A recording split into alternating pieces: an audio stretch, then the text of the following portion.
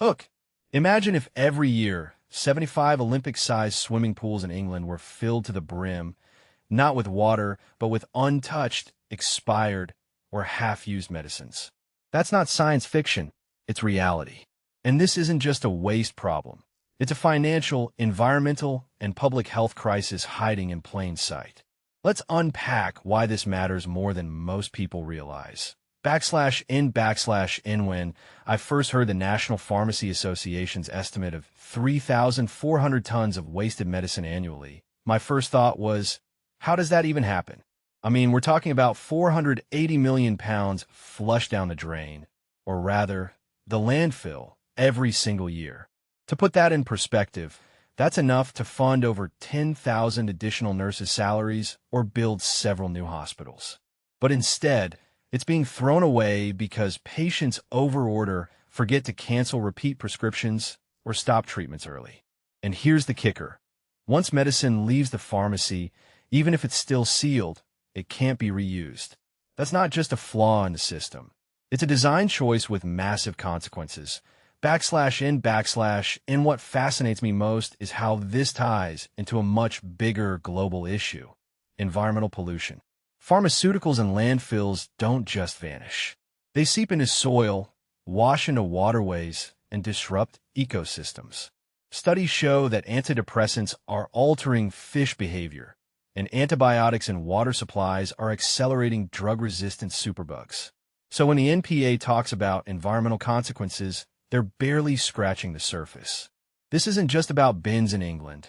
It's about a planet already drowning in microplastics and chemical waste. /N/N but wait. Let's zoom in on the human cost. Leftover antibiotics are like landmines in household cabinets. People keep them just in case, then self-medicate later without a doctor's advice. What many don't realize is that this fuels antimicrobial resistance, a silent pandemic that WHO ranks among the top 10 global health threats. Every unused Z-Pack tucked into a bathroom drawer isn't just a financial loss. It's a potential death sentence for someone down the line who'll face an infection no antibiotic can touch. /N/N now. The NHS's solution? An app to manage prescriptions. On paper, it's smart. Digitize repeats, reduce errors. But here's my skepticism. How many people actually use this? My grandma, for example, still calls her pharmacy directly. The real issue isn't logistics, it's behavior. We need cultural change, not just tech. Pharmacies should proactively review prescriptions with patients, like dentists do with checkups. Imagine pharmacists acting as medication coaches. A radical idea? Maybe. But the status quo is costing lives and 480 million pounds yearly. /N/N let's not forget the irony. While 75 pools worth of meds are wasted, England faces record shortages of essential drugs. Estradiol shortages leave menopausal women suffering, and creon delays threaten lives of those with cystic fibrosis.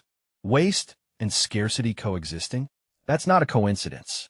It's a symptom of a system that treats medicine as disposable commodities rather than finite, life-saving resources. /N/N so who's really to blame? Patients? Overworked doctors?